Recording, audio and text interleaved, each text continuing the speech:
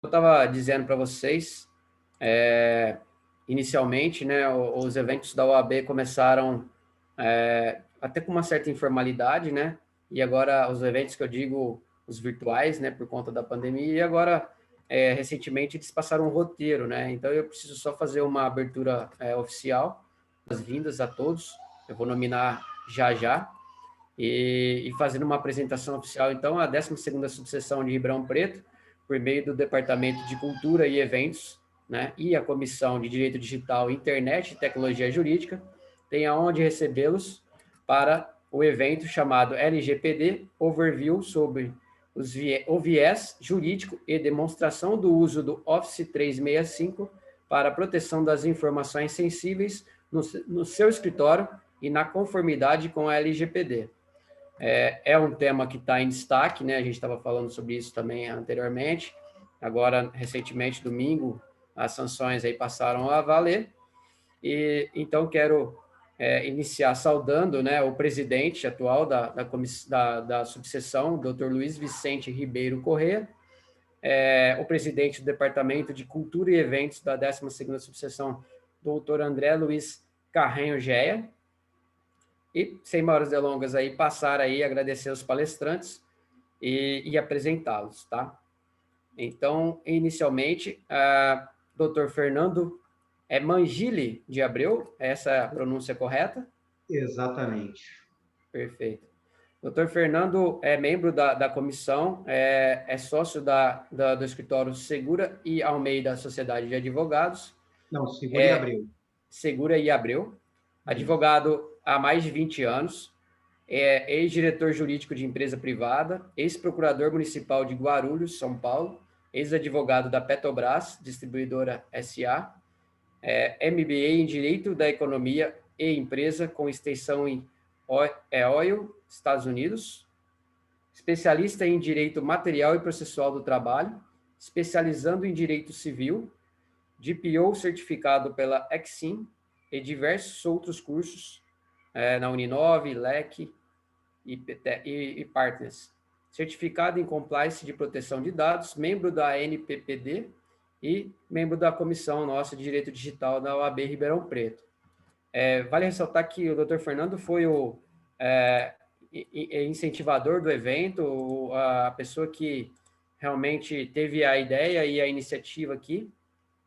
E aí, juntamente com o Dr. Anderson, que eu vou apresentá-lo também, que foram aí os precursores desse evento de hoje. Tá? O Dr. Anderson Souza é membro também da comissão, é CTO na Statum Tecnologia, cientista da computação, atuando em pesquisa e desenvolvimento, principalmente da governança de TI e gestão de projetos, segurança da informação, ciência de dados e computação em nuvem.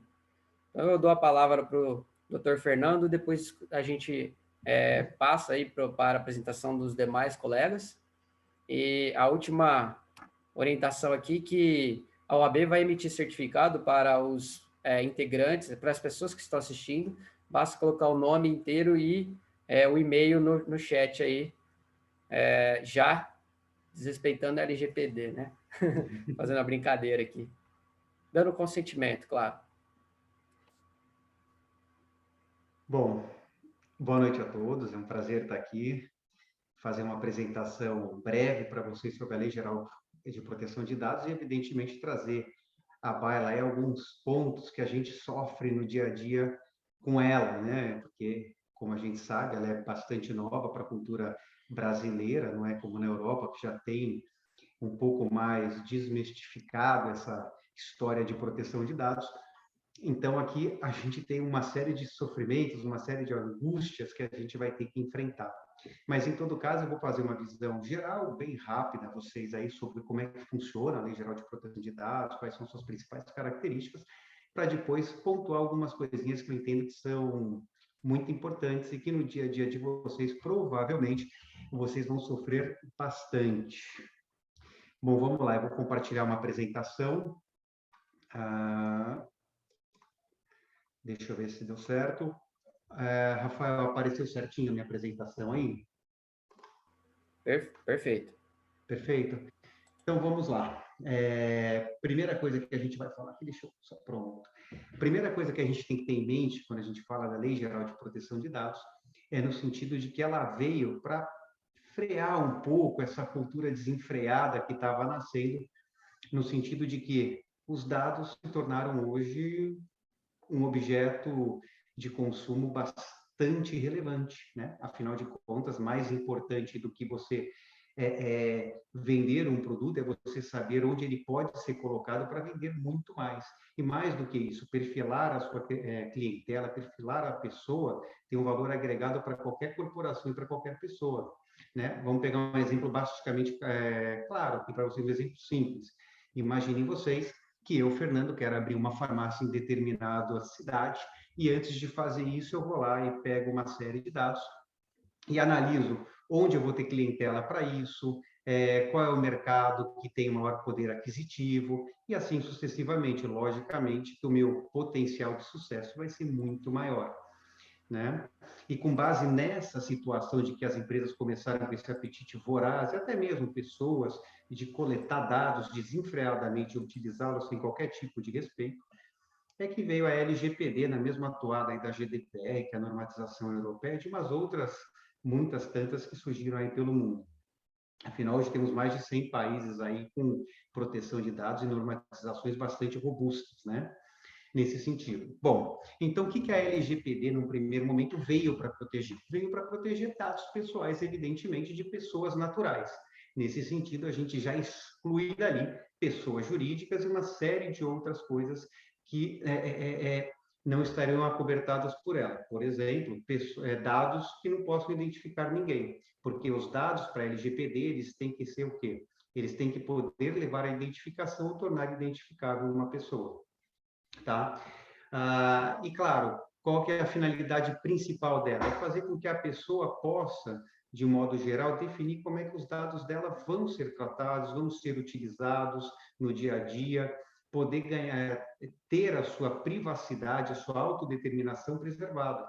Por isso que ela vem aqui, como eu destaquei em vermelho, proteger de um modo geral isso aqui: privacidade, autodeterminação informativa, intimidade, honra, imagem, né? Direitos humanos, desenvolvimento, dignidade, tá? Então, a primeira coisa que a gente tem que ter em mente quando fala de Lei Geral de Proteção de Dados é o seu âmbito de atuação, pessoas naturais e, claro, desde que esses dados possam identificá-las ou levar à identificação.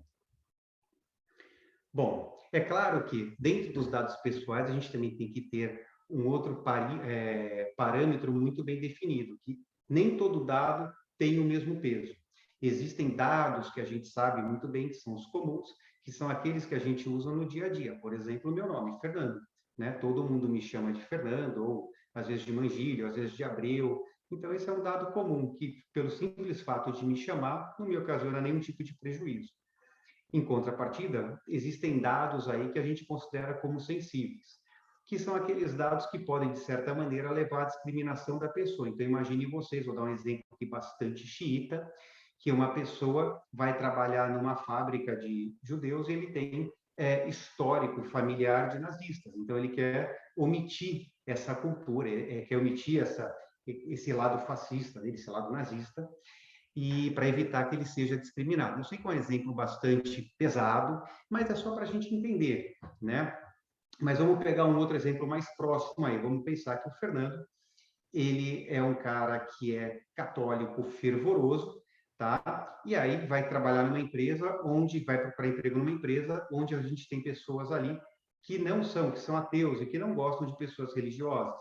Então, se eles souberem daquilo, eu posso ser discriminado. Logo, o que eu quero dizer com isso? Quando a gente fala de dados sensíveis, a gente tem que pensar que é todo e qualquer dado que pode gerar uma discriminação. E lembrem vocês que, apesar de haver discussão se o rol seria taxativo ou não, a maioria tem entendido que o rol da LGPD, que está lá no artigo 5º, não seria um rol taxativo. Tá? E, além de tudo, a gente vai pontuar mais à frente um pouquinho e vai ver que aquele rol também, ele traz certas angústias no nosso dia a dia. Por exemplo, imagem. A imagem seria ou não seria um dado sensível? Tá? Eu já adianto para vocês que existem dois posicionamentos. Um primeiro que fala o seguinte: olha, a imagem seria sim um dado sensível porque através dela eu posso gerar uma discriminação da pessoa. Outras pessoas já falam, não, ela não é bem, em todo caso, um dado sensível. Porque se ela for usada de uma maneira indistintamente, assim, uma maneira simplesmente para segurança, não seria, né, um dado sensível. Isso é muito importante, porque quando a gente fala de dado sensível e dado comum, a gente vai ver mais à frente que isso impacta drasticamente na forma que o dado deve ou não ser tratado. Porque dados sensíveis demandam um tratamento muito mais robusto do que dados comuns. Uma coisa é você tratar o dado que você usa no seu dia a dia, onde o vazamento ou mesmo um dano é muito menor do que você tratar um dado sensível que pode sim ocasionar um dano maior, tá? Outro ponto também que a gente tem que ter em mente quando a gente fala de LGPD, e esse slide eu acho bastante legal, é no sentido de que a LGPD ela é uma norma que veio para compilar, trazer pela primeira vez, de maneira mais condensada, normas sobre proteções de dados. Isso não quer dizer que o Brasil já não protegia dados, porque se a gente pegar a nossa normatização, direito da internet, o próprio ECA, o próprio Código de Defesa do Consumidor, o próprio Código Civil, a nossa Constituição já tratava de dados ampla-ação e proteção à nossa privacidade. O que a LGPD veio trazer foi simplesmente essa matéria de forma mais condensada e mais didática. Aliás, ela é uma lei muito, eu diria assim, instrutiva, porque ela traz conceitos, ela é ampla, porque ela busca viver a longo tempo. Por isso que ela não é uma norma fechada. Nesse sentido, quando a gente vai tratar LGPD, uma coisa a gente tem que também ter em mente. Ela não deve ser tratada sozinha. Então, por exemplo, eu vou tratar direitos do trabalho, faço a LGPD, eu tenho que ver CLT, tenho que ver normas de direitos terceirizados, eu tenho que ver a questão do e-social. Quando eu vou tratar coisas de criança e adolescente, eu tenho que ver a questão do ECA, e assim sucessivamente. Tá? Essas normas têm que ser tratadas em consonância. E aqui a gente também ressalva um pouquinho que vocês aí que no dia a dia trabalham nesse campo de proteção de dados, ou trabalham nesse campo de normatização, assim como a gente tem os dados lá comuns e os dados sensíveis que demandam um tratamento diferente, lembrem também que quando a gente trata de criança e adolescente, esses dados também demandam um maior resguardo, que nem eu estava colocando aqui. Por exemplo, só pode ser utilizado para o melhor interesse do menor, eles têm que ter um consentimento específico do responsável, eles podem ser coletados em determinadas formas, mas formas totalmente doutrinadas, elas não podem ser coletados assim em amplação. Então, vamos pegar um exemplo claro aqui. Eu, Fernando, quero contratar um funcionário no nosso dia a dia e, claro, quero conceder um benefício para esse meu funcionário, que seja, por exemplo, um plano de saúde extensivo à família dele. E a família dele tem um menor. Para eu poder estender esse plano ao menor, é claro que eu tenho que pedir uma autorização para o pai dele, ou seja, para o meu funcionário que eu estou contratando, para o funcionário ou para a funcionária que eu esteja contratando, para que eu possa simplesmente pegar esse dado e utilizar, e claro, tem que ser utilizado em prol deste menor, ou seja, a concessão do benefício para ele ter um plano de saúde que o atenda num problema aí de sabor, tá? Bem, aqui a gente começa um dos maiores problemas e talvez seja um dos pontos mais palpitantes quando a gente fala de LGPD, porque sabendo daquela premissa que a gente tem que tratar dados pessoais de pessoas naturais, que os dados se dividem em comuns e sensíveis, e ainda tem a questão dos dados das crianças e dos adolescentes, a gente tem que saber, mas quem são as pessoas que tramitam dentro da LGPD? As pessoas são os titulares, os controladores, os operadores, a NPD e o encarregado.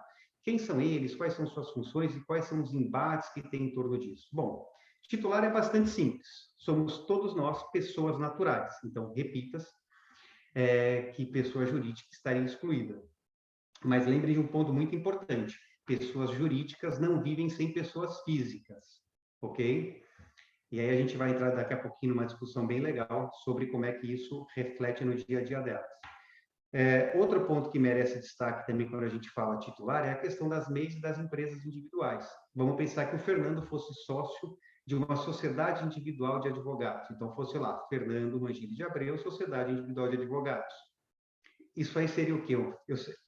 Seria um dado pessoal? Isso aí seria um titular ou não seria? Então, é importante a gente ter essas nuances que, muitas vezes, apesar de falar que não se aplica à pessoa jurídica, já tem gente dizendo que para questões de MEI e para questões de empresas individuais que leva identificação, sim, que na verdade é só uma extensão, uma pejotização aí da pessoa para ela ter certos benefícios fiscais, ela também estaria protegida pela LGPD, tá?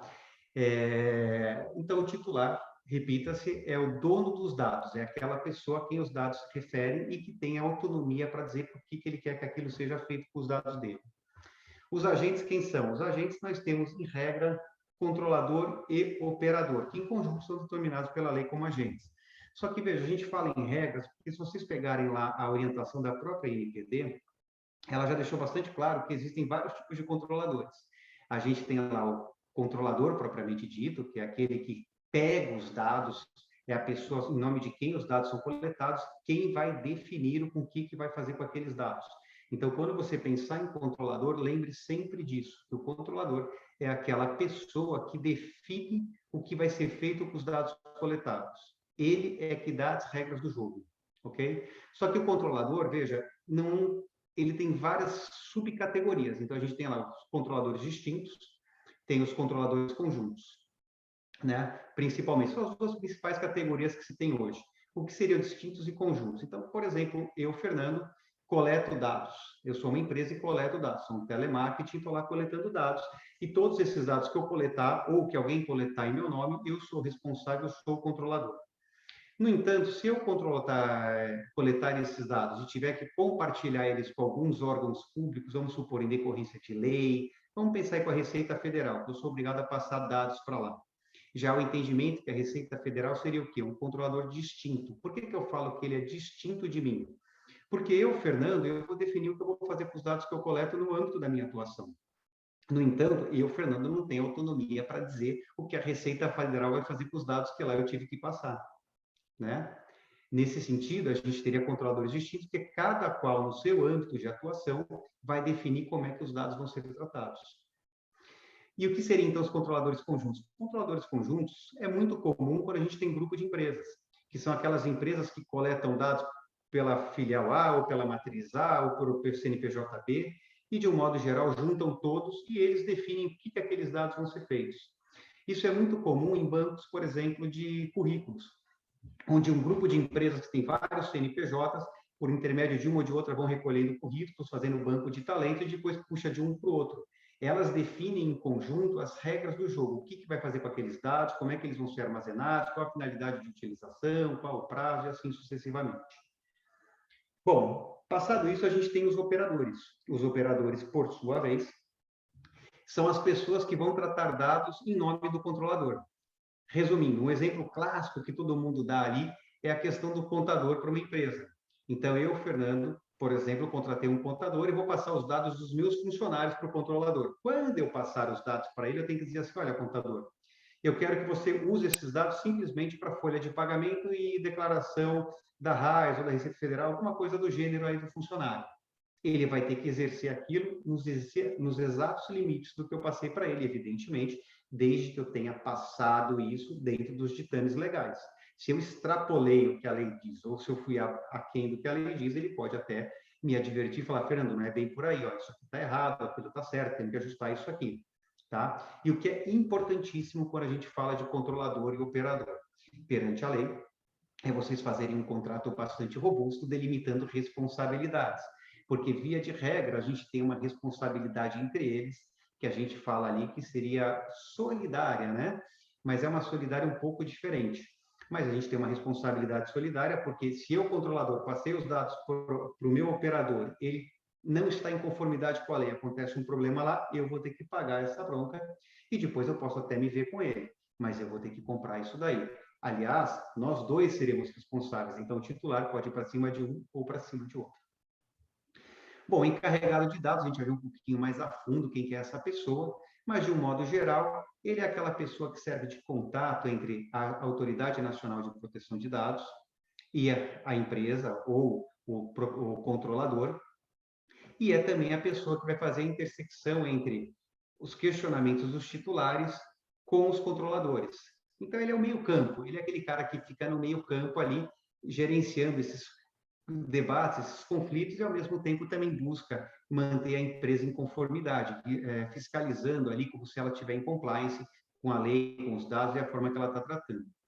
Tá? E a Autoridade Nacional de Proteção de Dados, todo mundo já deve conhecê-la, é o órgão hoje responsável no Brasil por tratar e delimitar a matéria. Bom, e como é que funciona o tratamento de dados? Então, sabendo lá que que a LGPD trata dados de pessoas naturais, sejam eles comuns, sensíveis ou de menores, e sabendo quem são os players, como é que funciona um tratamento de dados? Como é que a gente faz para estar em conformidade com a lei? Como é que a gente pode tratar, coletar e usar esses dados? Bom, a gente tem que seguir uma receitinha de bolo, né? É claro que no dia a dia essa receita não é tão simples assim, porque ela tem uma série de intersecções.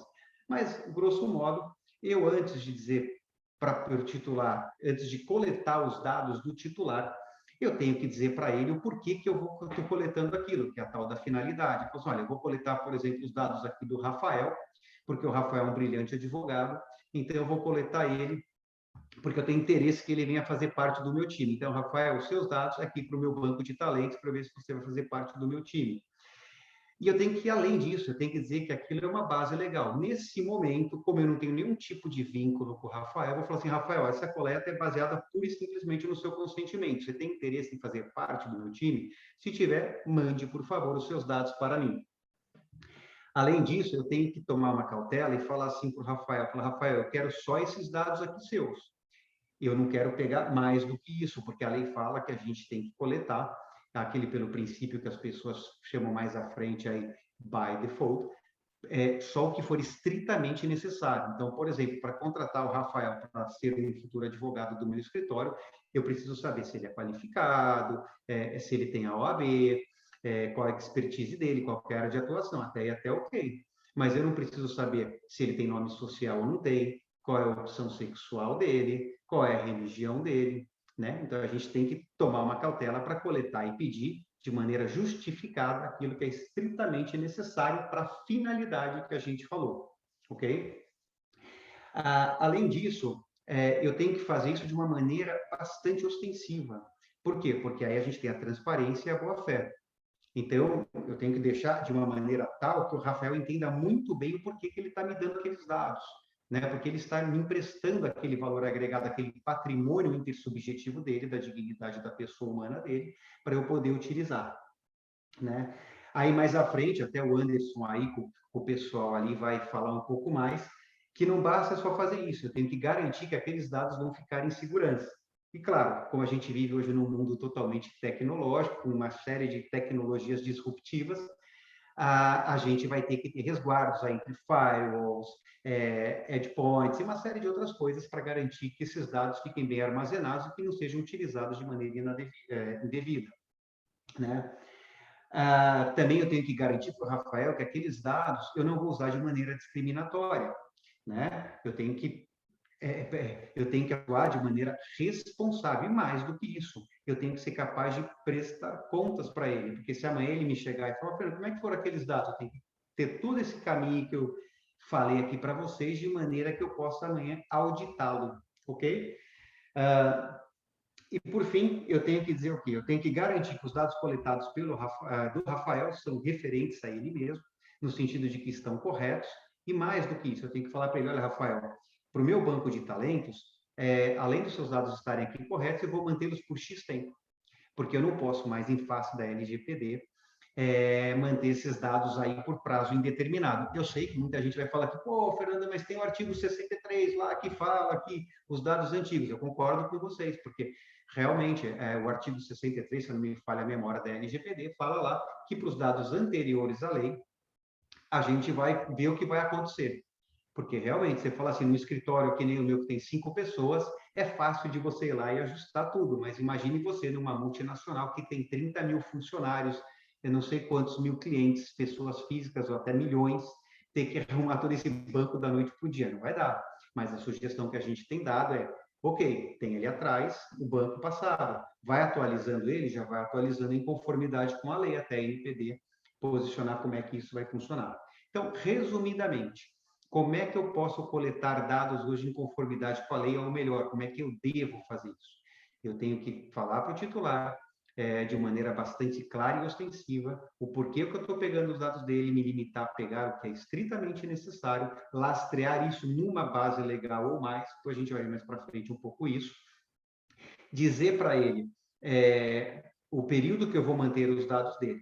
E vou ter que dar para ele também o direito de acesso para ele poder fiscalizar se aquilo que eu disse é verdade, ok? Sob pena de estar infringindo a legislação. Bom, uma coisa que a gente vai retomar um pouquinho, que vocês vão ver mais para frente, como eu adiantei, para a gente tratar dados hoje face à LGPD, a gente necessariamente precisa ter uma base legal.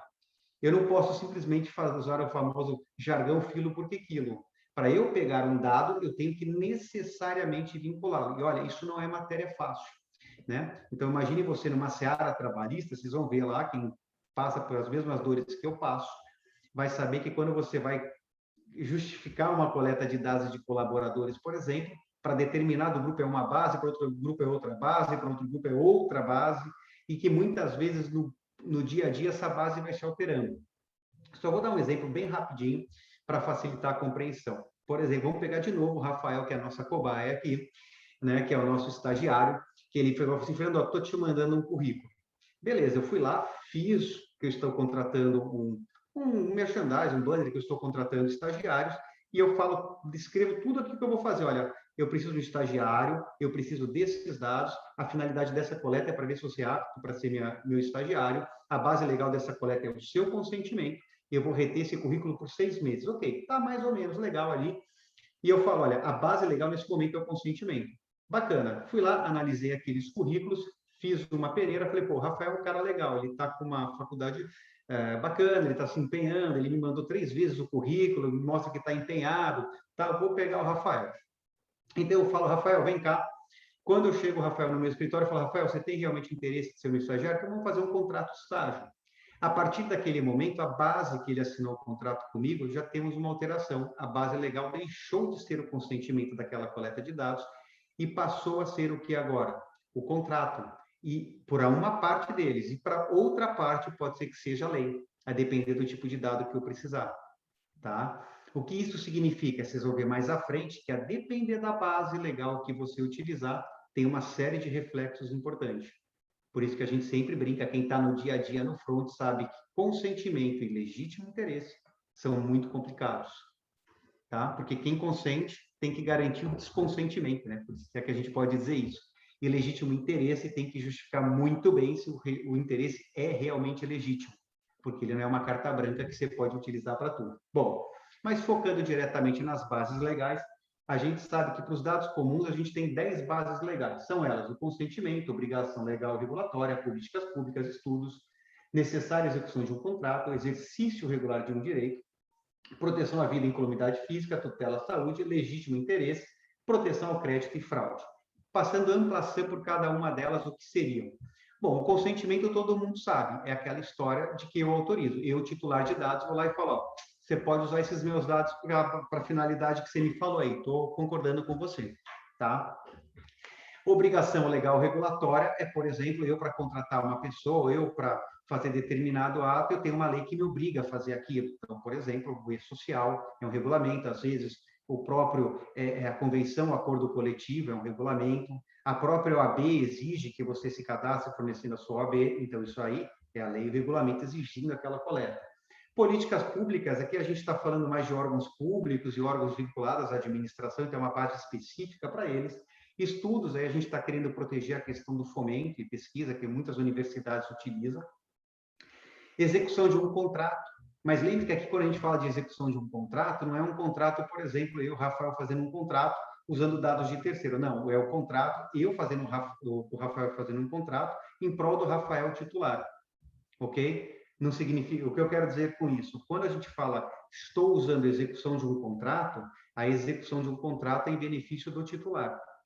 Tá? Então, por exemplo, vai fazer uma compra e venda, vai fazer um código, alguma relação relacionada ao Código de Defesa do Consumidor. Beleza, o titular foi lá, pegou um produto, então, ok, o contrato está em relação a ele. Não posso eu, Rafael, fazer um contrato para usar dados de terceiro, tá? Mas, assim, nessa base especificamente, a gente vai ver isso um pouquinho mais a fundo, mais à frente.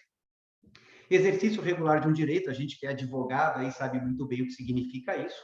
é aquela questão de judicialização, aquela questão de proteção administrativa, quando a gente precisa exercer, porque senão, imagina, o advogado não pode mais usar dados pessoais para entrar com uma ação, você não entra mais com a ação, acabou o mundo jurídico, acabou o processo, fecha o judiciário, vamos embora para casa.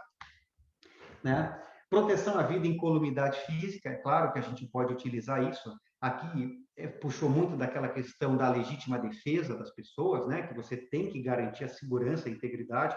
Então, muitas vezes, a gente pode usar essa base legal para solicitar alguma informação até de um colaborador ou de alguma pessoa para saber se ela está apta a entrar naquele recinto. Vamos pensar, por exemplo, quando você vai num brinquedo lá na Disney, um brinquedo em algum lugar do mundo, ou algum parque, que ele fala assim, olha, você tem alguma doença cardíaca tal? O que ele está querendo pegar aqui? Proteger a sua vida ou a sua incolumidade física, porque sabe, se você for naquele brinquedo e tiver um problema cardíaco, você pode ter um treco lá e de não mais sair. E de lá não mais sair. Bom, tutela à saúde, eu sempre ressalvo em vermelho, porque tutela à saúde ela é uma base específica para profissionais da saúde. Significa dizer que eu, Fernando, advogado, não posso utilizar ela para coleta de dados que eu faço. Só profissional da saúde. Isso tem impacto muito grande, por exemplo, em hospitais, quando você passa primeiro numa triagem, chega a moça da recepção, se ela não for profissional da saúde, ela não pode pedir as suas informações médicas pela lei com base na tutela à saúde. Ela pode talvez pedir com uma outra base, mas com tutela à saúde não. Em compensação, quando você vai lá fazer o seu check-up inicial, que tem uma enfermeira, que ela coleta dados da sua saúde, ela pode fazer isso, que é um dado que ela tem autonomia por ela ser um profissional da saúde, assim como o médico também. Legítimo interesse, isso aqui a gente brinca que não tem uma explicação matemática, mas o legítimo interesse é quando a empresa, a corporação ou o controlador dos dados tem uma justificativa tal que fale para ele, olha, eu preciso disso. Resumo da ópera, a gente segue muito a orientação da Apple, que é inglesa, que fala o seguinte, olha, para eu ter o legítimo interesse, eu realmente preciso daquilo para minha subsistência. Resumo da ópera é isso. Tá? Então, eu preciso, aquilo está ligado à minha atividade fim, está ligado a, se eu não tiver aquilo, eu não consigo trabalhar, eu não consigo fazer o meu negócio. E, claro, prevenção a fraudes. Aqui pensou muito na questão de bancos, quando se fala a questão de controle de calote, coisas do gênero. Bom, o que é importante a gente destacar aqui também? Que essas 10 bases legais, elas se aplicam a dados comuns. A dados sensíveis, só se aplicam 8 delas, ok? Então, por exemplo, a gente tem que tomar sempre cuidado com isso. Se a gente for coletar dados de colaboradores nossos ou dados sensíveis de pessoas, a gente não pode usar cumprimento de obrigação, desculpe, a gente não pode usar a questão do contrato, execução de contrato. A execução de contrato não permite coleta de dados sensíveis. A gente também não pode usar o quê? O legítimo interesse, E aqui que entra aquela discussão que eu falei para vocês da imagem. Imagina você, se eu considero imagem do ambiente do meu de trabalho de filmagem como um dado sensível, eu não posso usar o legítimo interesse como base dela. Se eu não considero ela um dado sensível, eu poderia usar até o legítimo interesse. Então, isso é muito complexo. E uma cautela muito interessante que a gente tem que tomar sempre à frente é, nós, advogados, temos obrigação de, quando fica o nosso cliente, falar para ele, olha, esse dado que é sensível, a base está lá no artigo 11. Esse dado que não é sensível, a base está lá no artigo 7º. Porque, veja, a gente não pode jogar 5 bases e falar, não, isso aqui serve para todo mundo. Não, você tem que delinear para cada coleta que você faz qual seria a base mais apropriada. Ok? Então, assim, eu até destaquei aqui que as bases destacadas em verde são aquelas que você não pode usar para a coleta de dados sensíveis, ou seja, execução de um contrato, legítimo interesse e proteção ao crédito. Tá? Bom, e você titular, que direitos você tem? Isso é super importante você saber, porque, veja, ninguém mais interessado do que você mesmo saber quais são os seus direitos, o que podem fazer com os seus dados. Você, como titular, pode chegar para qualquer corporação, vamos supor aí que você faz uma compra online dentro de alguma corporação e quer saber que dados eles coletaram seus. Essa empresa tem que te informar de maneira clara, simplificada e objetiva que dados que ela tem seu, né? Ela tem que falar para você qual foi a finalidade daquela coleta. Ela tem que dizer para você como ela trata, qual o prazo de retenção. Veja, é uma coisa meio sequencial. Como a gente tem uma ordem para tratar os dados, que eu falei um pouco atrás, A gente tem que ter uma finalidade, uma retenção, uma base legal. Então, você, como titular, quando pergunta a alguém que tem os seus dados, ele tem que saber tudo isso para te informar, senão ele não está em conformidade com a legislação. E mais, ele tem que dizer se ele compartilha os seus dados com alguém. E esse é um ponto também bastante nefrágico aí que a gente vai sofre muito no nosso dia a dia, porque vira e mexe a gente esquece de alguém que a gente compartilha. Então imagine você e fala assim, pô, vamos lá, o Fernando tem uma empresa X, e aí que nem eu falei, eu compartilho dados, parte dos meus dados com o contador, parte dos meus dados com empresas parceiras, parte dos meus dados com terceiros, parte dos meus dados com órgãos governamentais, e além de tudo, eu armazeno meus dados em nuvem. Daí eu falo assim, pô, Fernando, legal, você armazena na nuvem. É legal, mas tem que saber que nuvem é essa, porque a depender de qual for, você não pode mais utilizar hoje pela LGPD, ou você tem que dizer para o titular que além de você armazenar com aquele terceiro lá que você compartilhou com ele, esse terceiro se localiza em algum lugar do mundo, tá? E aí tem mais normas sobre isso. Você tem que dizer também quais são as responsabilidades dos parceiros. Então, por exemplo, olha, eu, Fernando, compartilhei dados de fulano de tal com alguém, eu tenho que dizer para ele, olha, isso aqui eu estou compartilhando, porém a responsabilidade é minha de se acautelar e tomar cautela com seus dados. Sou eu, Fernando, que tenho que tomar o cuidado de que esses dados sejam tratados em conformidade com o que eu determinei, porque sou eu o controlador. Tá? Bom, em resumo, hoje os titulares têm direito, basicamente, a esses direitos que estão aqui: confirmação, acesso, correção, anonimização, bloqueio, eliminação, portabilidade, eliminação que é um outro tipo de eliminação que a gente vai conversar também, informação, revogação e de peticionamento. Como é que funcionam esses direitos, assim, grosso modo? Confirmação é aquela história, você liga lá em determinada empresa e fala assim, opa, eu queria saber se você tem dados meus. Ele fala assim, não, eu tenho, Fernando, eu tenho. Aí você fala, tá bom, que dados que você tem? Ah, eu tenho tais. Legal. Isso também já está ligado com acesso, porque eu tenho que ter direito a acesso a esses dados, porque se ele me negar, não me confirmar, já tem uma negativa. E eu tenho que ter o direito à correção. Vamos supor que ele fala que ó, o Fernando está lá, Fernando Mangili de Abril. Opa, está errado o meu nome, eu quero retificar isso, então tem que ter o direito de correção.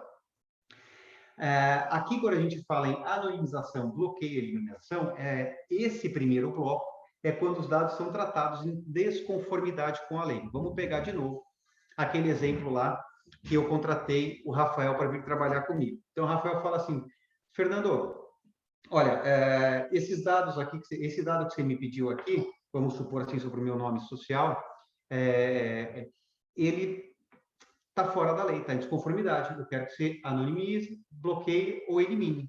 Então, ele pode definir o que ele quer que eu faça com aqueles dados. Qual que é a diferença? Anonimizar significa dizer eu alterar ele de maneira tal que não mais pode ser ligado ao Rafael. Bloquear significa dizer que o Rafael pode querer usar aquilo contra mim. Porque ele vai falar assim, olha, Fernando, eu estou bloqueando, você não pode utilizar mais esses dados, mas você também não pode eliminar eles. Ok? Então, fica aí bloqueadinho para mim. Quando eu quiser, eu vou pegar um relatório sobre isso. E a eliminação, ele fala, Fernando, isso aqui é desnecessário, elimina aí para mim.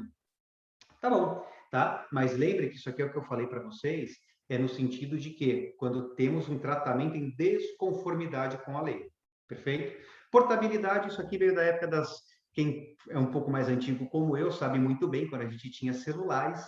Então, veio daquela parte dos celulares que ninguém saía de uma operadora para outra porque não queria perder o número.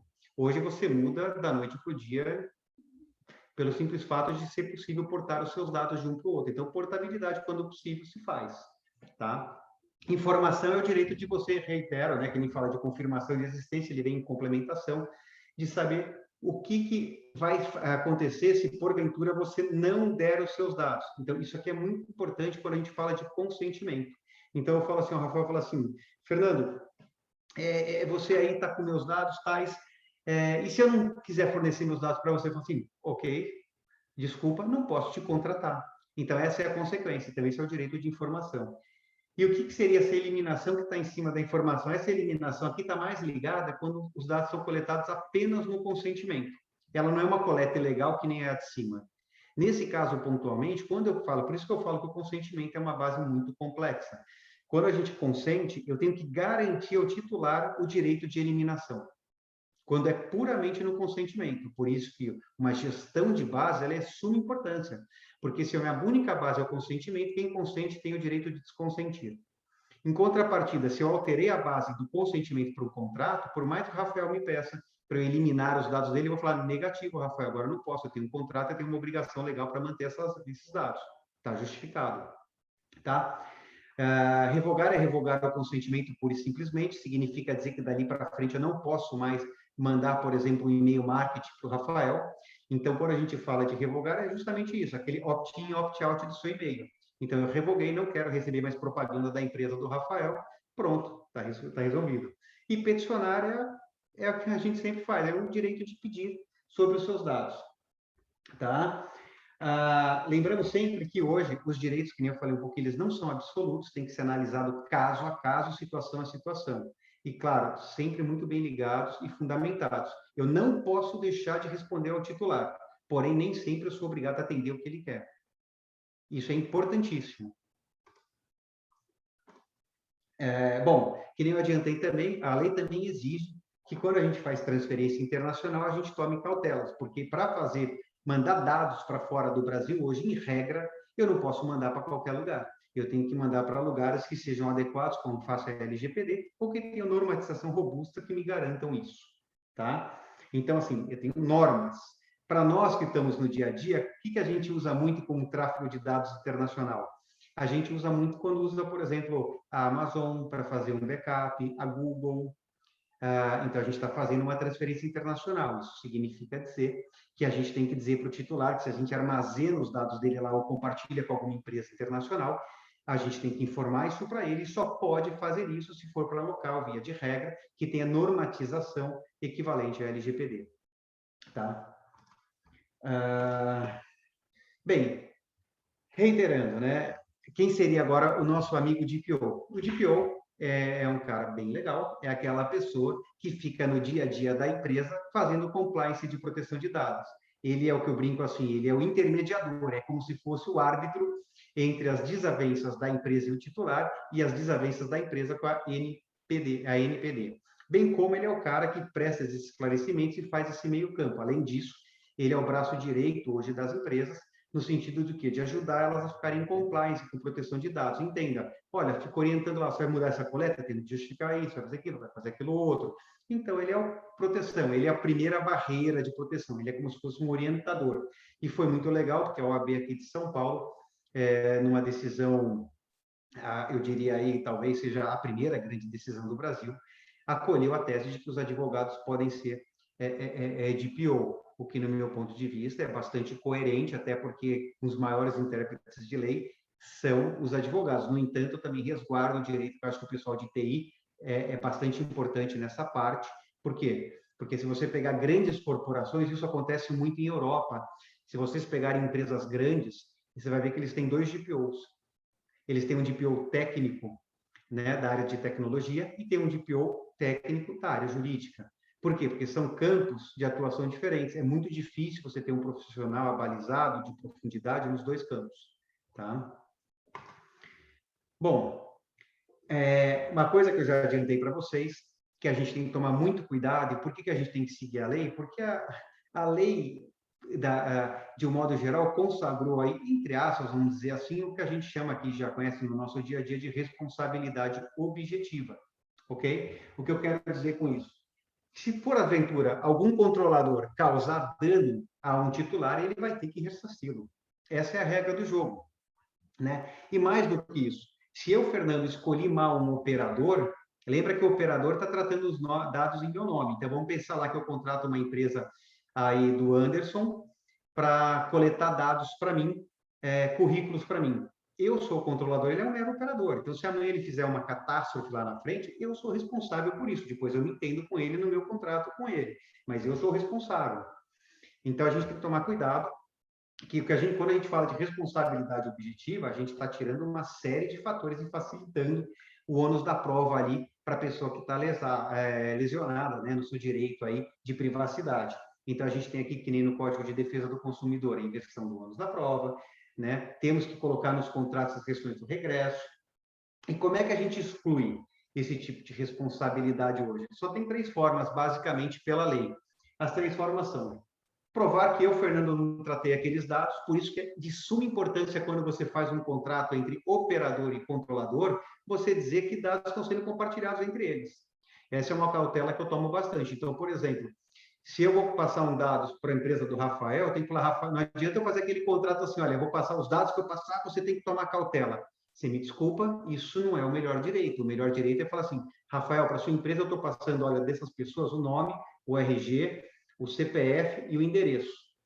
E é bom que o Rafael exija que isso esteja escrito, porque se amanhã vazar o e-mail, ele não pode ser responsabilizado, porque ele não tratou esses dados, está no contrato.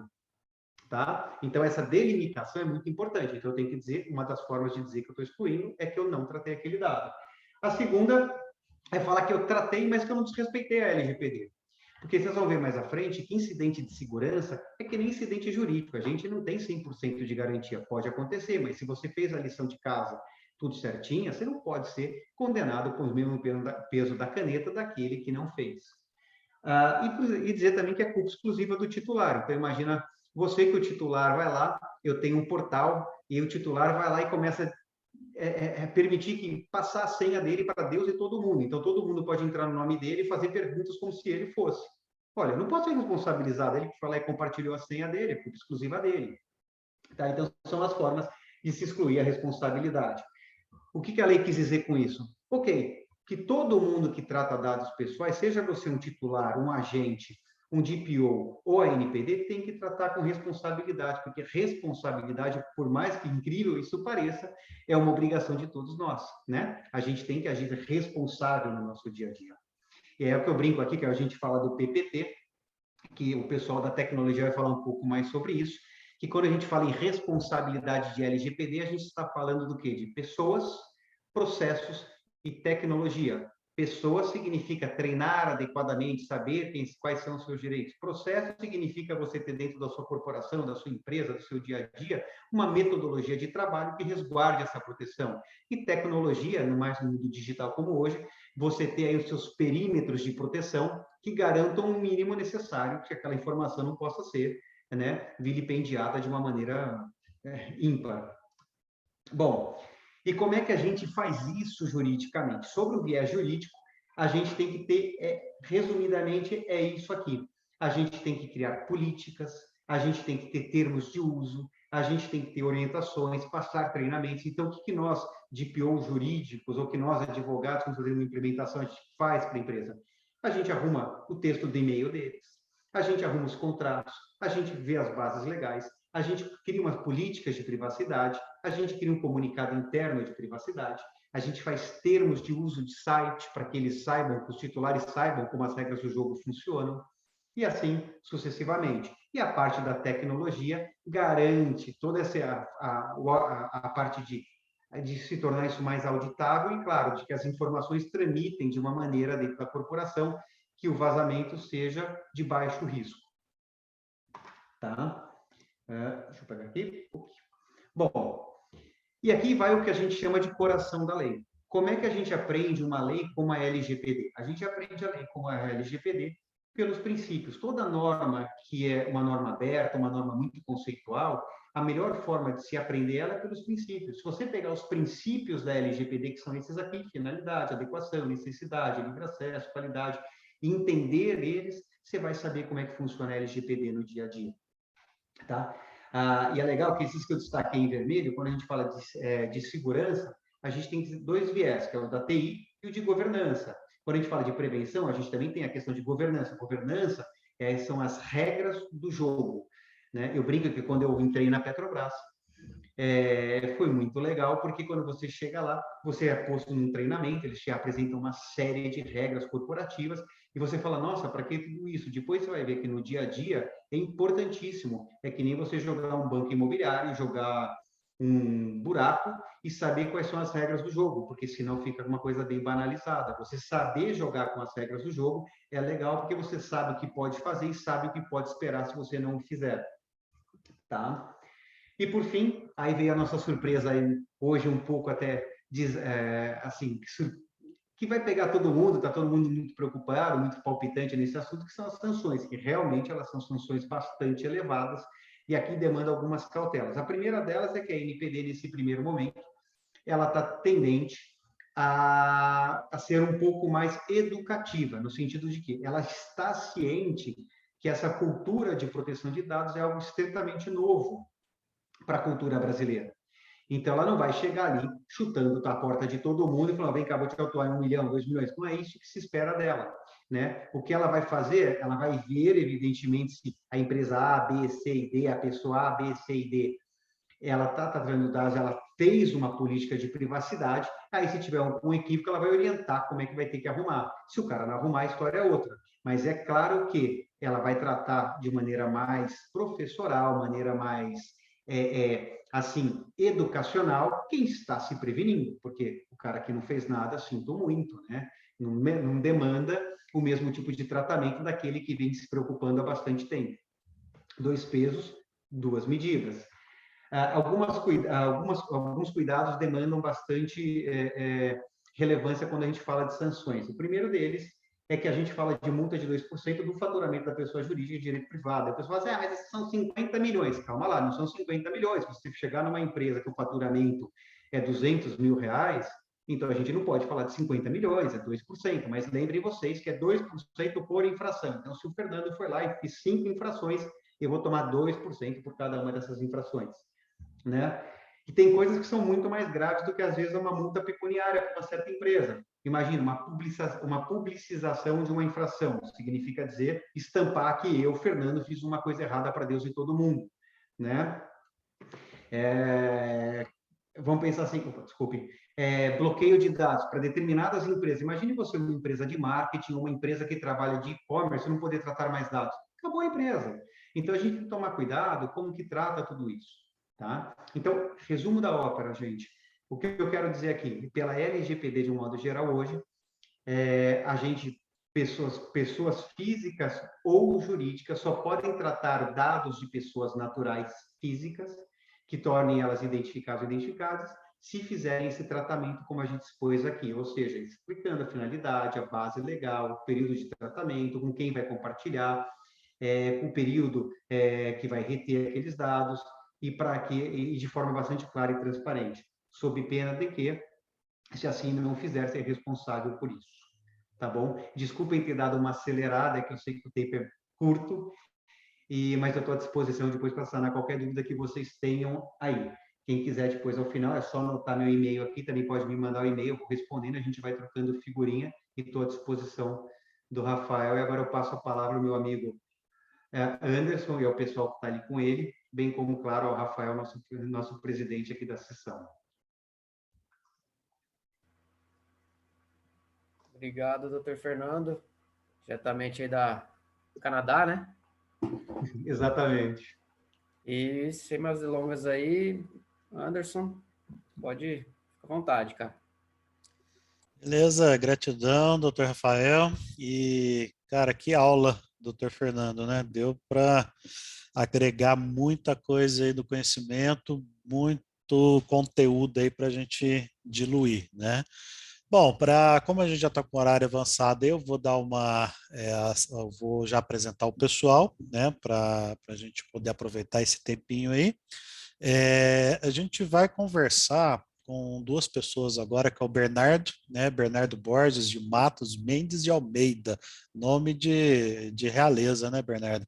Bernardo, ele é economista, especialização em métodos de apoio à decisão e tem certificação da Exim em Privacy Data Protection Essentials, né? E também da Microsoft 365, ele tem uma certificação de Security Administrator. E a gente também vai conversar com o Egon, eu acho que o Egon está aí também, né, Bernardo? Liga a câmera para a gente, Egon. Vem para aí. É isso. O Egon é especialista em Modern Workplace, né, de escritório moderno, e ele tem algumas certificações em administração Office 365, Microsoft 365 Identidade de Serviços, Microsoft 365 certificado em segurança e administração, desenho e posicionamento de Microsoft Sensing e Software Assessment. Bom, Por que eu estou colocando todas as certificações? A gente pensou no modelo que a gente pensou para essa apresentação, é esse trabalho com o Dr. Fernando, que trouxe toda essa base, esse fundamental, né, para a gente poder entender bem a LGPD, e agora a gente quer colocar um pouquinho mais da questão prática, né? Trazer um pouquinho também da parte de tecnologia, um pouquinho da prática, tá? O que a gente percebe? Tudo isso que o Dr. Fernando nos trouxe, e todo esse trabalho que vai ser feito de adequação vai precisar de um apoio tecnológico muito forte, né? Afinal de contas, vai ser praticamente impossível empresas, escritórios de grande porte fazer todo esse controle de forma manual ou sem nenhum apoio, né? Então, sei lá, por exemplo, como é que eu vou controlar dentro de um escritório jurídico todos os documentos Word, Excel, e-mail e tudo isso? Como é que eu vou mapear isso para poder ter uma certa organização e segurança sobre isso que está trafegando dentro da empresa, né? O Dr. Fernando mesmo comentou, né, que a tecnologia vai garantir, então, todo esse planejamento, vai garantir que ele seja cumprido, né? E a gente quer ajudar o pessoal a evitar dois grandes erros, tá? Finalizando essa introdução, que é o erro de investir muito pesado, né? De já sair do tipo, nossa, tem que comprar coisa, tem que de investir, tem que pagar, tem que não sei o quê, e fazer um investimento muito pesado e não ter um aproveitamento legal daquilo. Acho que isso é um erro, né? E o outro extremo também, que é não vou também investir nada porque vai ser muito caro, porque vai ser muito difícil, vai dar muito trabalho, etc. Então, assim, o que a gente tem que buscar? Planejamento, né? Planejamento é aquela questão de planejar curto, médio e longo prazo, como é que eu vou começar, como é que eu vou desenvolver a tecnologia dentro do meu escritório para que ao longo de um determinado período eu vá melhorando os meus processos, os meus controles e assim consigo me adequar de forma segura e tranquila, né? Bom, eu não quero então estender muito. Eu vou passar a palavra para o Bernardo e para o Egon. Vocês se organizam aí, né? Bernardo vai começar, é isso? Correto, correto. Muito obrigado, Beleza, Anderson. Bernardo. Fica à vontade. Vocês me ouvem bem? Tá ótimo o som. Beleza. Anderson, obrigado pelo convite. Doutor Rafael, agradeço aí pela oportunidade. Doutor Fernando, parabéns aí pela excelente palestra aí sobre LGPD, né? Gostamos muito. Bom, pessoal, primeiramente agradeço a oportunidade de estar aqui com vocês. Eu sou o Bernardo, o Anderson já me apresentou. Eu e o Egon, a gente faz parte aqui da empresa Solo Network. A Solo Network é uma das principais revendas corporativas e implementadoras de soluções de TI do Brasil. A empresa ela tem sede em Curitiba, mas tem times espalhados aí por todo o Brasil. Eu particularmente fico no escritório de São Paulo, certo? O Egon aqui também é meu colega, ele é especialista em segurança, muito conectado aí ao mundo Microsoft. A nossa ideia hoje é falar um pouquinho como as ferramentas da Microsoft, que praticamente todas as empresas utilizam, todo mundo em algum momento utiliza um Word, utiliza o Excel, certo? Como é que a gente controla a informação que transita ali dentro? Como é que a gente faz para proteger um e-mail? São várias nuances em que a gente tem que atuar, né, para que a informação ela esteja efetivamente protegida. A dinâmica aqui da nossa apresentação vai ser bem simples. Eu vou passar aqui 5 slides, vai ser muito rápido, só para fazer um panorama da proteção da informação e governança de dados no mundo digital. E o Egon, em seguida, ele vai fazer uma demonstração na prática de como algumas ferramentas podem ajudá-los aí dentro dos seus escritórios, certo? Por favor, vocês já estão vendo o slide, o compartilhamento está ok? Maravilha. Ok, sim, está perfeito. Então, vamos começar aqui. Primeiro ponto aqui é para gerar uma discussão, certo? Quando a gente fala de dados, descobrir e gerenciar esses dados são um desafio. Algumas pesquisas recentes feitas pela Microsoft, pela IBM, pela Forrester, levantaram algumas informações importantes. Quando a gente fala de compliance, né, que é efetivamente o cumprimento das regulamentações, a preocupação número 1 das empresas pesquisadas foi efetivamente proteger e administrar dados confidenciais, né? Essa seria a principal preocupação. Quando a gente fala das empresas, mais de 80% dos dados que transitam ali dentro de todos os ambientes, certo? E-mail, computadores, nuvem, dentre outros locais, são o que a gente chama de dados obscuros. São dados que muitas vezes as empresas nem sabem que existem, né? São dados que não são classificados, ou seja, não tem uma classificação como confidencial, para uso interno, um dado público, não são protegidos, não recebe, por exemplo, uma criptografia, um controle de acesso, ou não são controlados. A empresa não sabe por onde ele está transitando, certo? E 88% das organizações não têm mais confiança nessa detecção e prevenção da perda de dados. Estão dando esse processo como um caso perdido. Mas não é. Quando a gente fala de LGPD, a gente olha para as questões jurídicas, obviamente, a gente está falando de uma lei, mas tem as questões processuais, ou seja, como as pessoas tratam os dados pessoais no seu dia a dia, e tem as questões técnicas. E é aqui que a gente vai falar. A gente vai falar sobre as ferramentas técnicas que podem auxiliá-los aí de uma maneira muito simples, muito intuitiva até, a proteger de uma melhor maneira os dados, né? A proteção dos dados é um dos princípios da LGPD, né? A segurança dos dados, e é aqui que entra esse ferramental que a gente vai apresentar. Bom, quando a gente fala de...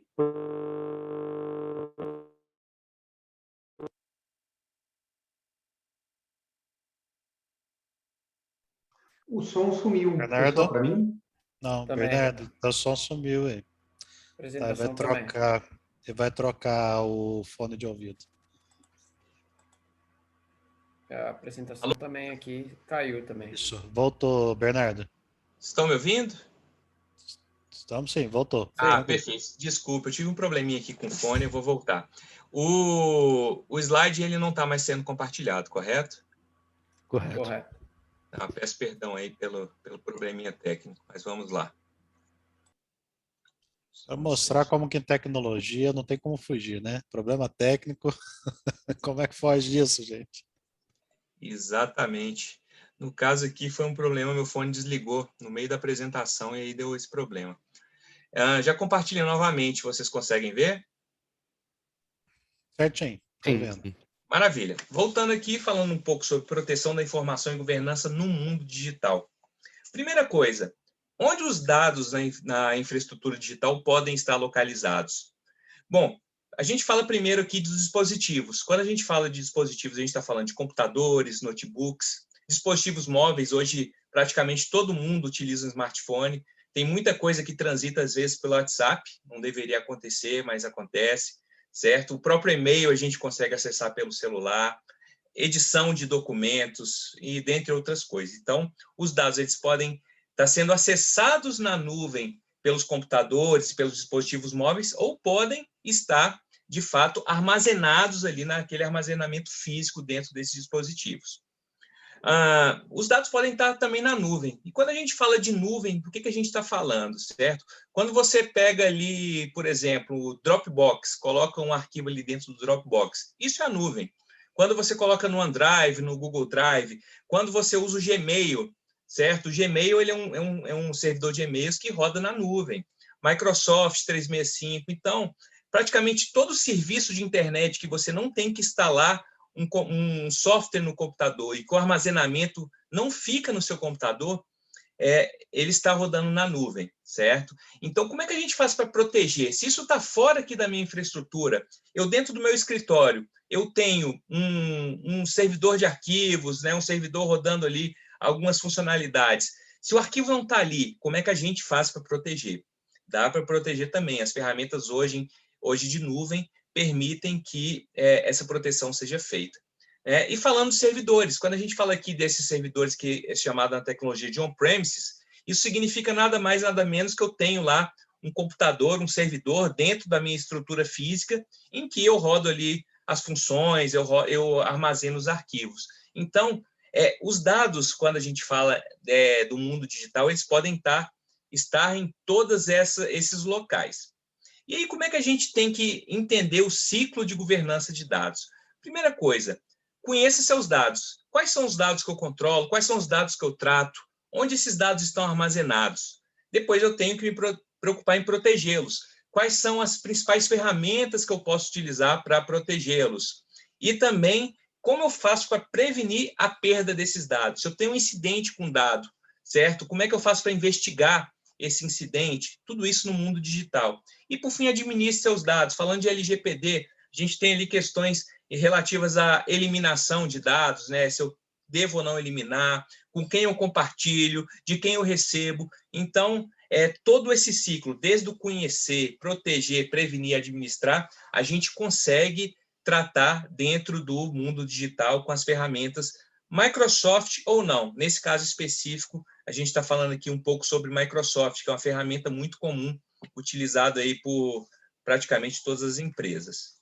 Passando aqui o slide, vamos falar um pouco sobre conhecer seus dados. O que significa conhecer os seus dados? Basicamente, é entender o cenário desses dados, identificando quais são aqueles dados importantes em um ambiente híbrido. E o que é esse ambiente híbrido? É justamente aquilo que eu falei anteriormente, um ambiente que você tem dados transitando em dispositivos móveis, dispositivos fixos, nuvem e servidores internos.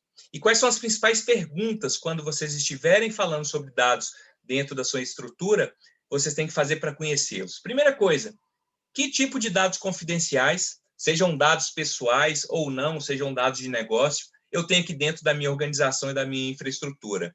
Onde que esses dados estão armazenados? Estão no meu servidor físico, estão na nuvem, estão no meu dispositivo, né? E como esses dados estão sendo acessados e compartilhados? Nem só como, com quem também eu estou compartilhando e quem está acessando esses dados dentro ou fora da minha infraestrutura. Uma vez que eu responda a essas perguntas, eu passo para a segunda etapa da governança aqui de dados no mundo digital, que é a proteção, né? Que é aplicar ações de proteção flexíveis que podem incluir várias frentes. Por exemplo, criptografia. Eu posso trabalhar com criptografia do meu disco. Se eu tenho um notebook e dentro desse notebook eu armazeno ali várias informações sobre meus clientes, sobre a minha empresa. Se eu perco esse notebook, como é que eu faço para proteger esses dados que estão ali dentro de acesso indevido? Criptografia pode ser feito. Restrições de acesso. Se eu tenho ali na nuvem um documento Word ou uma planilha Excel com todos os dados financeiros do meu negócio, como é que eu faço para restringir o acesso? Como é que eu sei quem acessou? Como é que eu faço para que somente as pessoas corretas acessem esses documentos? Também é possível. E marcações visuais, certo? Que é basicamente você ter ali uma marca d'água com esse documento confidencial, para que todo mundo saiba que não é possível, que não é devido compartilhar esses documentos. Então, como posso proteger meus dados? Onde posso proteger? E, mais que isso, como que eu posso equilibrar segurança com produtividade? A gente sabe que segurança é sempre um problema para o usuário final. Por quê? Cada camada de segurança que você adiciona a determinado processo é, de fato, um problema para o usuário. Se o cara tem que colocar uma senha a mais, se o cara tem que colocar uma autenticação multifator a mais, ou seja, é uma mensagem de celular que vai gerar um código para que ele acesse aquela informação. Então, a gente sempre tem que tentar, claro, equilibrar a funcionalidade com a produtividade. A gente não pode levar nem no extremo da segurança total, em que ninguém consegue nem trabalhar, nem no extremo da segurança mínima, mas que todo mundo trabalha de uma maneira muito suave. O meio termo é muito importante aí. Prevenção de perda de dados, né? Qual que é o objetivo da prevenção? É evitar que o compartilhamento acidental, ou não, na verdade, ou pode ser um compartilhamento malicioso de informações confidenciais. Mais uma vez, LGPD, dados pessoais ou dados de negócio. Como posso implantar políticas de DLP para nuvem endpoint? O que é política de DLP? DLP da sigla em inglês Data Loss Prevention, né? Prevenção de perda de dados. Quando você fala do mundo digital, dessas ferramentas, você pode implementar inúmeras políticas e proteções associadas a essas políticas para que seu dado não vaze. E aqui eu cito um exemplo. Por exemplo, eu posso criar uma política de documentos internos. Esses documentos internos só podem ser acessados por pessoas do meu escritório. Se, por acaso, esse documento ele saia do ambiente do escritório, mesmo que a pessoa tenha acesso àquele arquivo, A política de DLP e a política de proteção da informação vai permitir que aquela pessoa não consiga acessar o arquivo, ele vai pedir uma autenticação. Então, seja em nuvem, seja no endpoint, que é o dispositivo do usuário. Como é que o DLP pode orientar os usuários a tomar a ação correta em conformidade? Você pode também colocar processos para que a própria ferramenta indique. Olha só, usuário, esse documento aqui, ele tem um CPF, ele tem um dado pessoal sensível de saúde. De acordo com a política de DLP, de acordo com a política da empresa, você deveria classificá-lo como confidencial. Você gostaria de colocar esse rótulo? Então, essas ferramentas também podem orientar ou até mesmo classificar automaticamente esse documento de acordo com um rótulo pré-determinado. E como é que eu me protejo contra eventos fora do padrão? O que são eventos fora do padrão? São acessos indevidos, são vazamentos de dados. Então, dentre outras coisas mais. Então, a gente sempre utiliza essas ferramentas justamente para proteger os dados do negócio contra esse tipo de evento. E, por fim, para finalizar aqui a apresentação, é uma apresentação bem breve, como é que é a questão da administração dos seus dados? Quais são as perguntas que vocês têm que fazer em relação aos dados dos escritórios? E aqui a gente tem retenção, eliminação, exclusão, eliminação e armazenamento automático de informações e registros, qualquer tipo de informação de maneira compatível com a LGPD ou de maneira compatível com as políticas do negócio. Falando um pouquinho de LGPD, eu preciso manter todos os dados? Quais dados devo manter? A regra da LGPD é a eliminação. É claro, tem algumas exceções, mas como é que eu sei que dados dentro do meu ambiente digital eu vou eliminar ou não, compatibilizando isso com a própria legislação, certo? Eu consigo, por exemplo, colocar aqui política de retenção. Determinados dados vão ficar armazenados aqui por 1 ano, por 2 anos, por 5 anos, por 30 anos, e depois serão automaticamente eliminados, certo? E como eu posso classificar e controlar os dados retidos? Imagine que eu tenha um servidor de arquivos em que estão armazenados ali 10 terabytes de documentos, dentre planilhas, documentos PDF, documentos Word, dentre outros. Como é que eu faço para classificar aquilo ali tudo automaticamente? É possível. Você consegue rodar uma ferramenta dentro daquele repositório de dados para que automaticamente esses documentos eles sejam classificados e também protegidos de acordo com as políticas da empresa. Então, eles vão estar automaticamente ali seguros contra invasões, contra vazamentos. E, por fim, como é que eu faço para atender os requisitos de manutenção dos dados? Quando eu coloco manutenção aqui, é justamente a questão da retenção, política de retenção, política de eliminação. É possível também, de acordo com as políticas do escritório, trazer essas políticas para o mundo digital, e aí você consegue administrar de uma maneira segura todos os seus dados.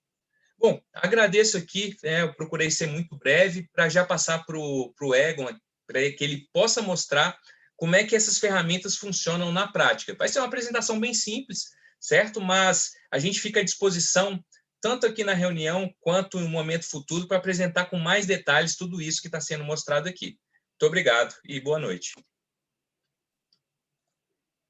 Perfeito. Muito obrigado, Bernardo. Eu vou assumir a apresentação. Então, meu nome é Egon, eu trabalho com tecnologia há mais de 6 anos e tenho foco agora em trabalhar com Microsoft 365, tanto na parte de segurança quanto compliance, faz aproximadamente uns 2 anos. Vou apresentar para vocês a console do Microsoft 365, a console onde a gente faz toda a configuração voltada à proteção de informações e também vou fazer uma demonstração da ferramenta em funcionamento. Me avisem assim que vocês conseguirem visualizar a tela, por favor. Já está certo, Egon. Ok.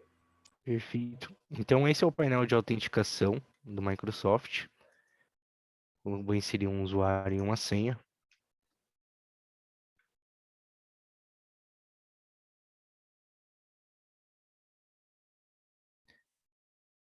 Assim como foi comentado na apresentação, essa é uma conta, por ser administrativa, ela exige uma autenticação de multifator, então por isso eu tenho que fazer uma aprovação dessa entrada através do meu dispositivo móvel. A partir do momento que eu aprovo essa autenticação, ele mostra na minha tela onde eu posso reduzir a quantidade de vezes que será solicitado esse MFA. Então, essa autorização através do dispositivo móvel. Se eu clicar em sim, a próxima vez que eu for autenticar nesse mesmo dispositivo, não vai ser exigido MFA durante uma quantidade de dias que o administrador de TI configurou dentro da sua console. Então, você pode falar 15, 30, 60 dias sem utilizar o MFA no mesmo dispositivo. Se for um dispositivo novo, aí sim será solicitado o MFA novamente. Isso aí é justamente aquela questão do equilíbrio entre segurança e produtividade. Você colocou um segundo fator de autenticação, que foi através do celular ali do Egon, né? Isso é uma das principais proteções da identidade do usuário, mas uma vez que aquele dispositivo já tenha sido autorizado, ele não vai ficar pedindo toda vez. Pode ser 10 dias, 15 dias, 30 dias, como o Egon falou. Então, você traz a segurança, mas traz também a funcionalidade, né? A produtividade. Perfeito. Então, esse é o painel de administração de conformidade do Microsoft 365. Ele vai entregar todas as funcionalidades do licenciamento voltado ao Azure Information Protection, ao Data Loss Prevention, assim como o Bernardo comentou, onde a gente vai fazer a contramedida para a perda de informações da empresa. E com isso a gente tem diversos relatórios, tem propriamente algumas dicas que a Microsoft ela vê como necessário para você corrigir o seu ambiente. Então ela mesma te entrega uma pontuação do que você pode alcançar no nível de conformidade da empresa. Então atualmente dentro deste portal a gente atingiu 57%, porém pode ser obtidos muito mais pontos em relação a isso. Ela também vai demonstrar quais são as ações de melhoria que você pode realizar, com uma lista, com um passo a passo de todas as ações, tá? Cada ação ela vai te dar uma quantidade de pontos. Dessa maneira vai ser mais fácil você implementar a segurança de conformidade dentro da empresa. Se tratando da parte de produtos, então dentro aqui do ambiente do DLP, você consegue criar políticas de proteção para sua empresa. Já tem alguns modelos prontos, então tem GDPR, você consegue criar uma política personalizada, algo voltado à parte financeira, medicina e saúde, propriamente privacidade, ou uma política personalizada. Eu não vou entrar muito no detalhe da configuração das políticas, porém aqui é possível quando você seleciona o que essa política, o que ela faz. Ela vai identificar algumas informações pessoais, no caso da União Europeia, porém você pode configurar com as informações do Brasil. Então, no caso do LGPD, seria um CPF, propriamente um nome, RG, número de cartão de crédito e assim por diante. Quais são os locais que essa política será aplicada? Então, será aplicado no e-mail.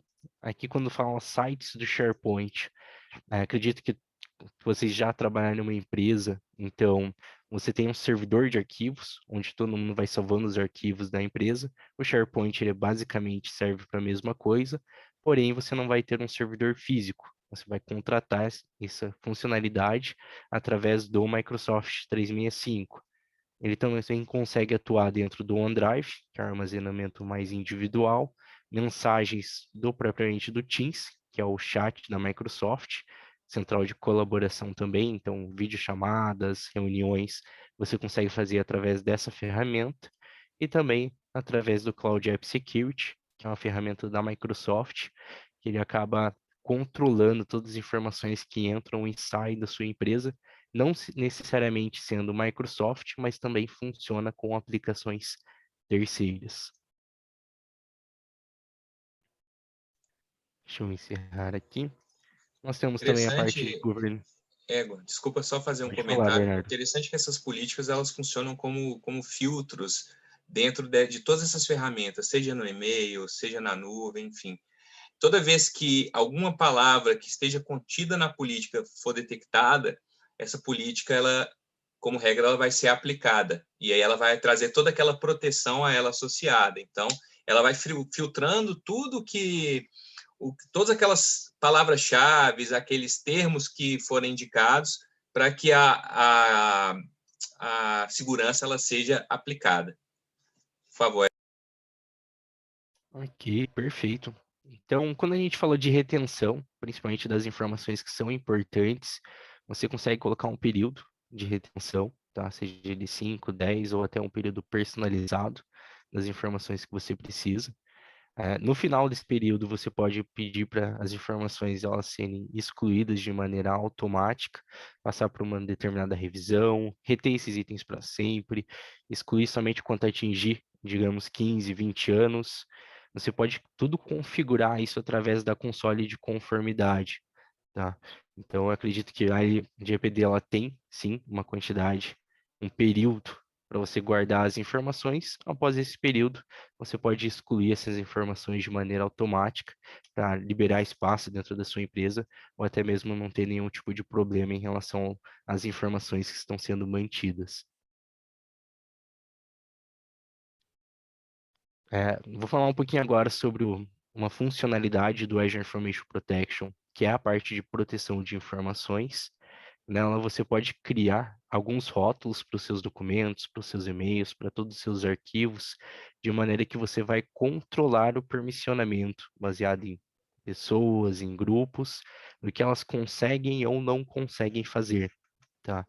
Para essa apresentação, eu criei alguns exemplos, no caso seriam documentos internos, um documento público, um determinado projeto de vendas, e até algo um pouco mais restrito, que seria o diretoria confidencial. Então, dentro desses rótulos, eu consigo configurar para quem será aplicado esses rótulos, quem pode aplicar também. Então, nem todos os usuários podem aplicar um rótulo de diretoria, eu posso colocar somente gerentes e diretores, a mesma coisa um determinado projeto. Então, você tem um grande controle em relação à parte de configuração de todos esses rótulos, tá? Eu vou sair um pouquinho mais dessa parte teórica, a gente vai, além da apresentação da console, fazer um pouco mais na parte prática. Com a configuração desses relatórios, eu vou encaminhar um e-mail, tá? De exemplo.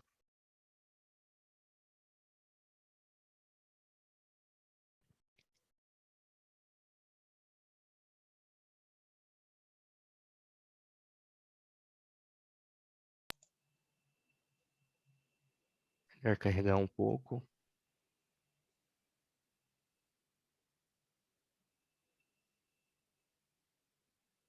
Então, agora eu vou escrever um e-mail. Esse e-mail eu vou encaminhar para uma conta chamada Pamela. Ela faz parte da minha organização. Também vão dar para uma conta pessoal, ou seja, um e-mail externo da organização.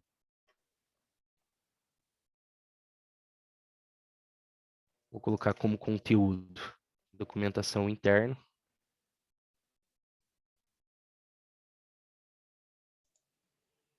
A mesma coisa no corpo de e-mail, tá? Aqui em cima na Microsoft, você vai ter a opção de confidencialidade, que é o que a gente chama de realizar o rotulamento dos seus documentos. Isso serve tanto para e-mail quanto arquivo Word, propriamente até um Excel, se houver necessidade. E é uma proteção que ela não vai simplesmente, na hora que você envia aquele arquivo, ela vai desaparecer. Não, é uma proteção que ela vai persistir com o documento. Então, mesmo que eu exporte esse e-mail, copie para um pendrive, tente dar um Ctrl+C, Ctrl+V, tirar um print da tela, dependendo das configurações que eu realizar, a pessoa ela não vai conseguir ter acesso a esse conteúdo, tá? Primeiramente, eu vou colocar aqui como confidencialidade interna e vou enviar esse e-mail. Eu não Para sei mim está se para os congelado, colegas viu? está congelada a tela. Se puder cancelar e compartilhar de novo, a gente não conseguiu visualizar, não. Tudo bem. Estão conseguindo visualizar agora? Agora sim, agora deu certo. Sim. Perfeito. Então, novamente, eu vou utilizar o mesmo exemplo. Vou colocar o e-mail da Pamela. Também vou colocar um e-mail pessoal.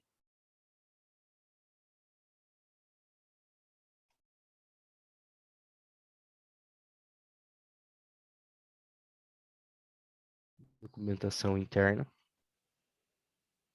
E aqui é o nosso texto do e-mail. A partir do momento, então, eu tenho a opção de confidencialidade. Vou selecionar aqui um e-mail que somente poderia estar sendo enviado dentro da empresa.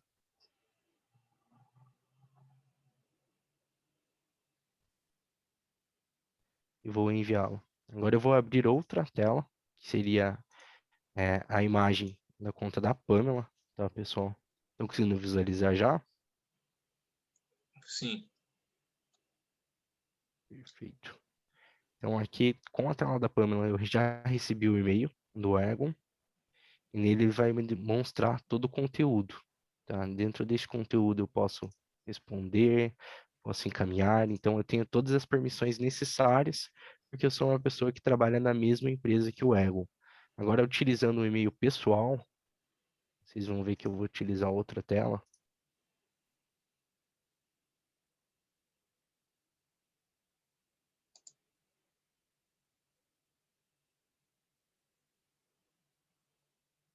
Ele vai me bloquear a mensagem. Ele fala que a mensagem ela é protegida. Então eu não tenho acesso ao conteúdo, ao texto do e-mail, tá?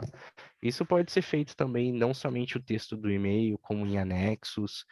Se tivesse um anexo, eu não conseguiria abrir aqui essa informação, porque eu não sou uma pessoa que está dentro da organização. Então, o meu domínio desse e-mail seria um hotmail.com, e o domínio necessário para a pessoa conseguir abrir essas informações seria o Microsoft 365 ou Microsoft.com. Okay? Então, dessa maneira, mesmo que eu exporte esse e-mail, tente abrir com outra conta, a não ser que seja do mesmo domínio da empresa, eu não vou ter acesso. Isso é justamente uma simulação de um e-mail que foi enviado indevidamente para fora da empresa.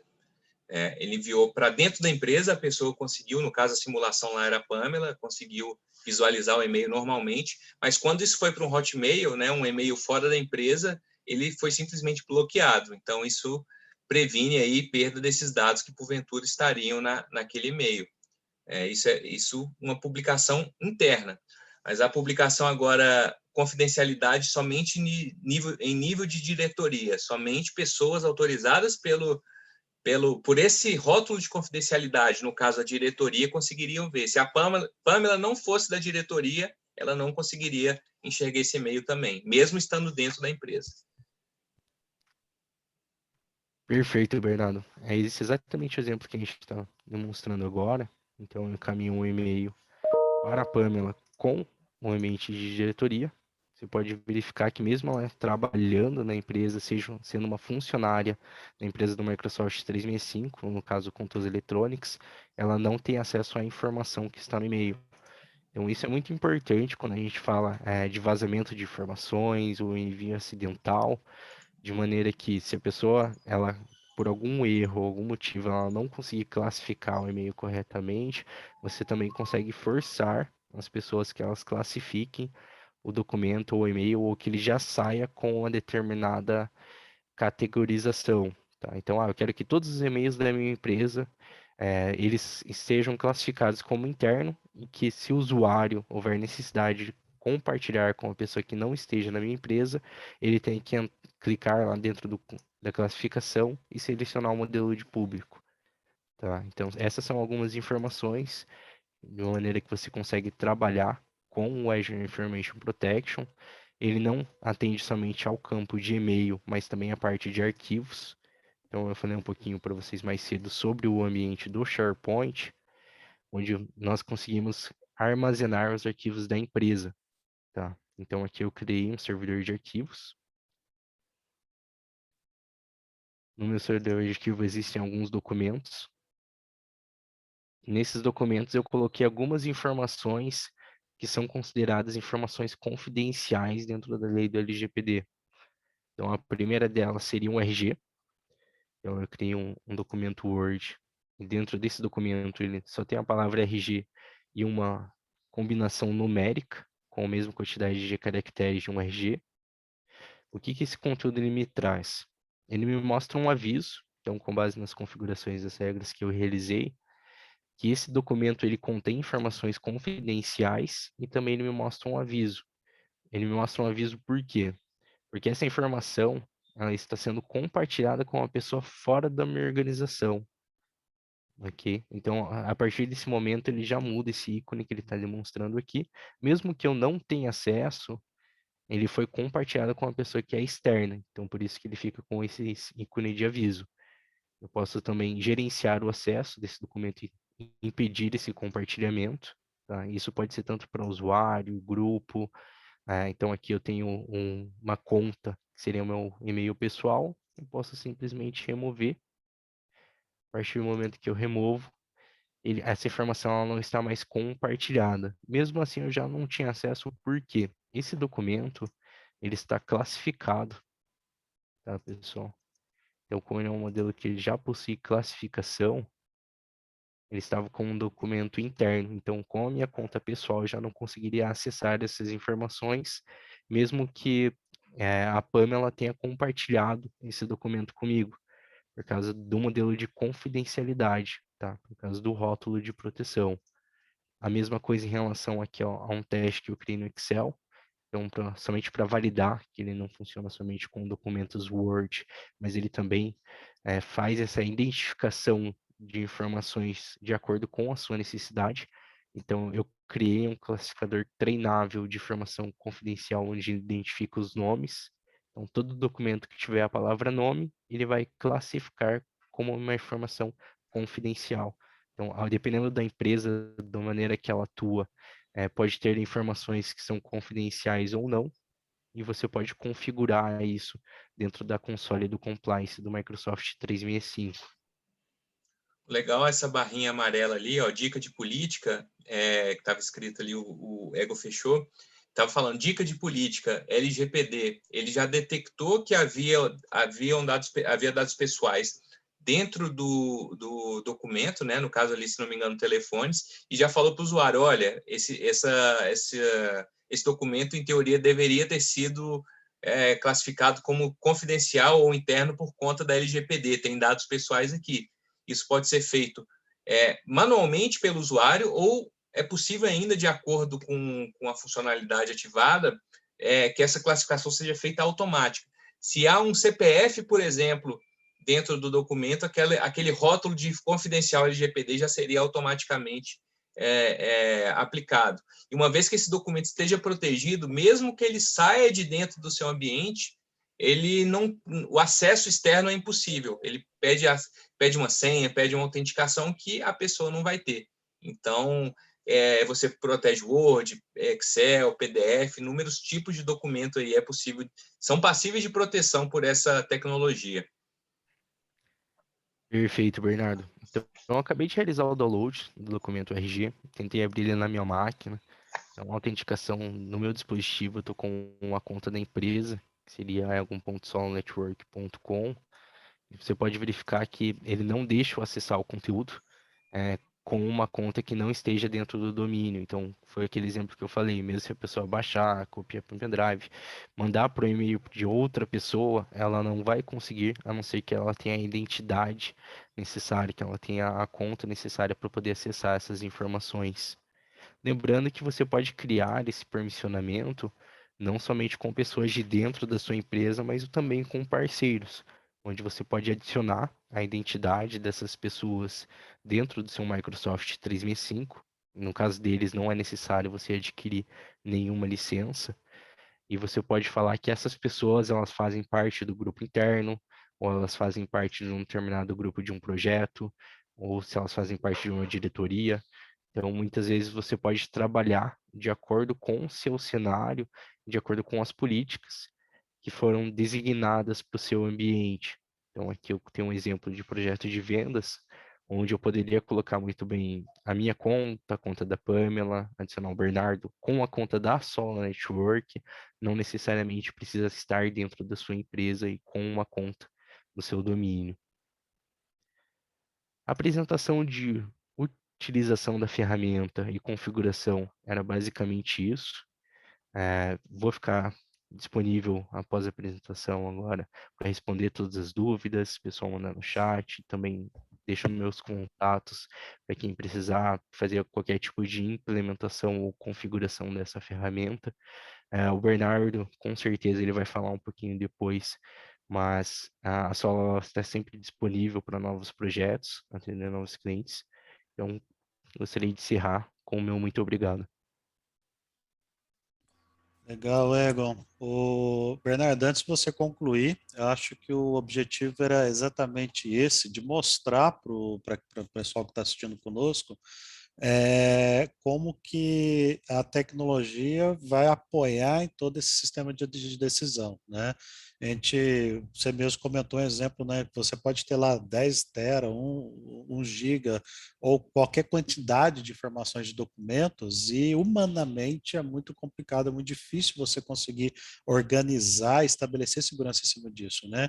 E muitas vezes as empresas acabam esquecendo disso, né? O Dr. Fernando passa muito por isso, né? Quando vai fazer a consultoria. Às vezes o pessoal lembra de, meu RP já está de acordo, já está compliance, mas ele esquece que tem milhares e milhares de documentos Word, Excel, PDFs, etc., rolando ali dentro da empresa, e ele não lembra que ele tem que classificar isso, tem que separar, tem que colocar segurança em cima disso, né? Quando o Egon estava dando esse exemplo do e-mail, né? Quem nesse mundo já não aconteceu de você estar lá discutindo um grupo de e-mail, etc, etc, daqui a pouco você coloca um cliente ali no meio da conversa ali e tem um Excel ali, sei lá, com dados confidenciais da empresa. Isso aí é um erro comum que acontece diversas vezes, e esse sistema de proteção todo ele já garantiria que o cliente não poderia ter acesso àqueles dados, né? Então, assim, é algo que vem para somar, para ajudar na compliance com a lei, né? Obrigado, Egon. Muito boa essa apresentação prática. Bernardo, você tem como finalizar? Você tem mais um comentário para fechar? Não, perfeito, Anderson. Eu só tenho a agradecer mesmo a oportunidade e quero dizer que a gente, a Solo, junto com o Anderson, a gente está à disposição para atendê-los aí, para mostrar com maior profundidade todas essas ferramentas, tá? Fiquem à vontade para nos acionar. Acredito que esse tipo de ferramenta tem muita conexão com o escritório de advocacia que utilizam volumes gigantescos aí de documentação, então conectando a LGPD com a tecnologia, vocês vão poder gerenciar de uma maneira muito mais eficiente, efetiva, os dados aí que transitam dentro e fora do escritório. E proteger informações confidenciais, né? Na advocacia, o que a gente mais tem são informações confidenciais. Então, essa proteção desse tipo de informação é essencial. Agradeço novamente e ficamos à disposição. Obrigado, Bernardo. Foi uma apresentação rápida, só para dar um gostinho, né? Se alguém quiser saber mais, a gente aprofunda esse assunto depois, tá? Doutor Rafael, queria voltar a palavra ao senhor, fica contigo aí agora. Bom, de trás para frente, Egon, Bernardo, Anderson, Fernando, muito obrigado. Foi uma noite com conteúdo muito bacana. A gente acabou de colocar no escritório lá a Microsoft lá na parte de e-mails. Tem bastante gente aqui participando lá da equipe de tecnologia e eu acho que foi muito produtivo. Já recebi alguns não questionamentos, mas alguns insights que tiveram aqui durante o evento. Inclusive, a gente só teve elogios aqui, não teve nenhum questionamento. Isso é um bom sinal, né? Que realmente foi um evento que trouxe a teoria, a prática e tudo se conectando, né? E eu só querendo finalizar agradecendo, se alguém quiser falar algo, colocar que a LGPD ela não é um monstro, né? Ela não é um vilão, ela realmente vem aí para ajudar muito. E é isso. Se alguém quiser falar, se não, considero aí satisfeito. Excelente. Só agradecer pela oportunidade. Estamos aí à disposição. Pessoal, precisando, chama aí que a gente está presente. Obrigado, hein? Obrigado. Eu também só quero agradecer a oportunidade de todos aí, deixar um abraço grande e me colocar à disposição. Beleza. Egon, Anderson, Bernardo, beleza? Obrigado. Ótimo, agradeço. Obrigado, boa noite, pessoal. Até mais. Boa noite a todo mundo que esteve conosco aí. Um abraço para todo mundo. Um abraço. Até mais.